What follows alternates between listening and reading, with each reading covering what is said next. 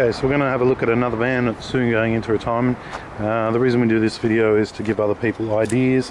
Also, this van has served us very well, and one of the things we like to show is the functionality of it, allow other locksmiths to see how it's done.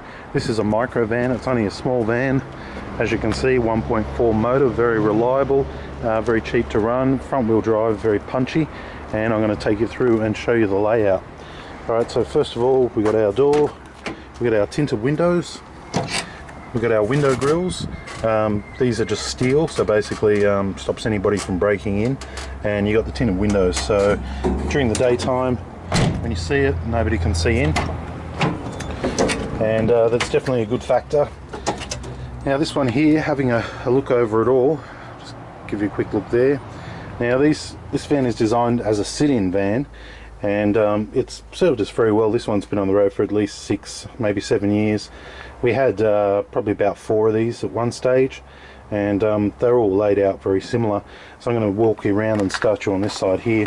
So the first thing here we have, once again, is our power switch. So once we turn this on, all the lights come on, as you can see all the way around there, and also the power for the key machines and things is all on. So that's just the first all on, all off button. Once again, we're going for the layout of having your switches and your fuses accessible all here as well. We've thrown in the 12 volt plug there. We have a little micro linisher there, which just clips in there. A little bit of room there, which hasn't been utilised. We're moving up to the bench now. We have the standard vise, and it's in a standing position, so you can just stand here, put something in and cut away. Up here, we have a tray there, so that would be where you pull your lock apart. Lighting up the top there, so you got your lights, so that will be where you would pull apart a lock, rekey it, and then put it back on the door. This is a sit-in van, so once again you'd have your milk crate in the middle, allowing you to rotate around, and I'm 6 foot and I can fit in here quite nicely. I'll show you from this perspective. Yep. So I could sit in there quite nicely. So if it's rainy, stormy, windy, anything's happening outside, you simply can just sit inside. Now this is custom shelving once again. This setup here cost about $5,000 for the shelving, including the window barrier things here, the cargo barrier, the air curtain, so it stops the air conditioning being wasted in the front and allows the front cabin to remain cool. Now this is a metal box, so when it does get hot in here, what you can do is actually open up this side door, allowing a little bit of breeze to come through. We might even do another video on cooling of these type of vans as well, and what you can do there.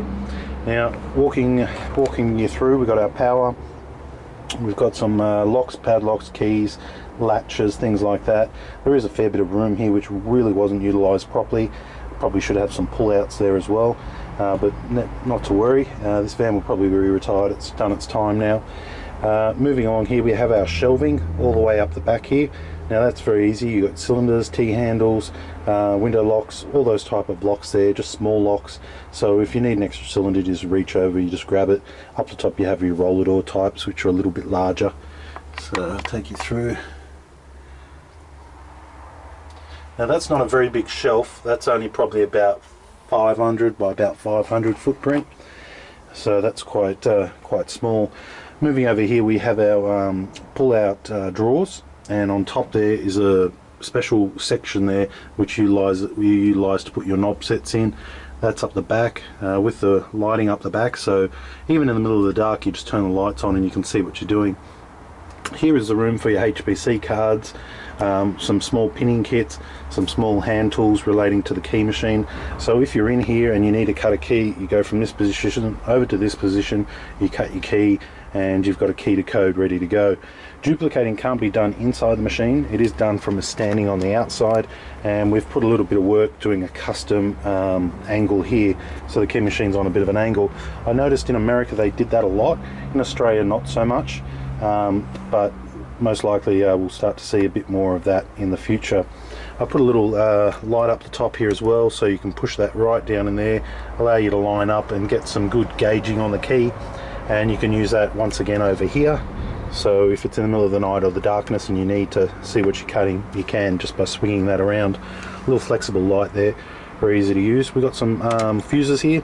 If you push in too hard on the key, these are 12 volt key machines, this van only runs 12 volt, you can blow a fuse. So if you push right in and bring the cutter to a stop, the fuse will blow. So that's why we have the blowable fuses right where they need to be. Moving along, we had the WD-40 like the other one here, but it kind of broke. And moving down here, we have our fire extinguisher, always good to have. And once again, we have our remote control starter motor incorporated with a buffing wheel. So when that's actually on, you simply just push on it and you can buff your keys. So that's been a really cool little modification there. That's very easy to do. Some change keys just down there, nice and easy. Here we all have all our keys and things. Pull out drawers. These are plastic. They fitted in there nicely, and they did work. They haven't caused us any trouble. So that's looking at from this point of view. So that's a good little cheap setup for a lightweight van. You know, it works. It's not the most expensive, and it does not got all the bells and whistles, but it's very practical and very useful. So I'm going to take you through now and show you the side.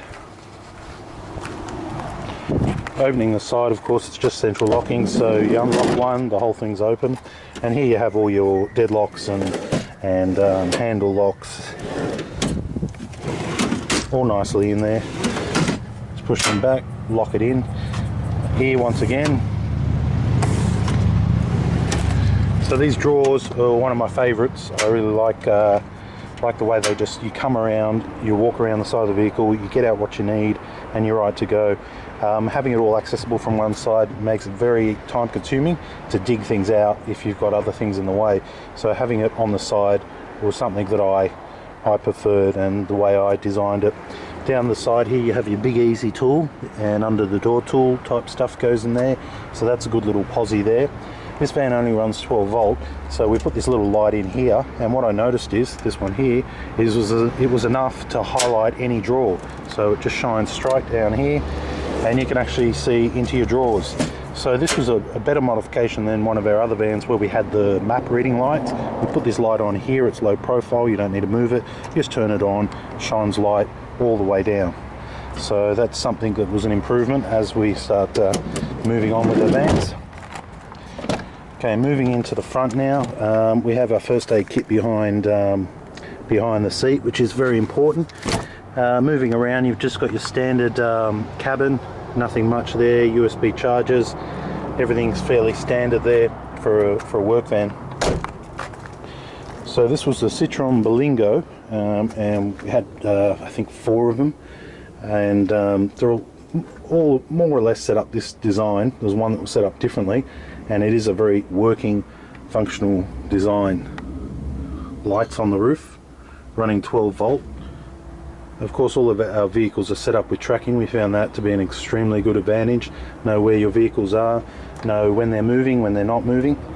And as far as power goes, we put in larger batteries in this vehicle here, so that way it can run the machines and not go down flat. And you could probably cut a good 10-15 keys without any troubles of battery issues. More storage space here. Once again, we've taken the trays out, but there is still more room in here that you could actually load things up higher.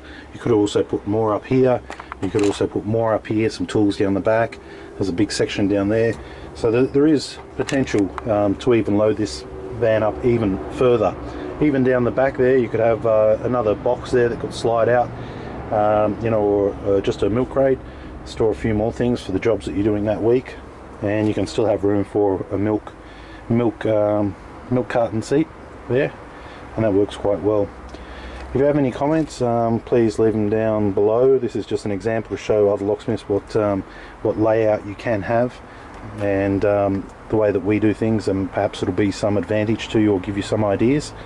And if you've got your own van you'd like to post it, we'd love to see it. Maybe you've got some ideas for us. Thanks for watching.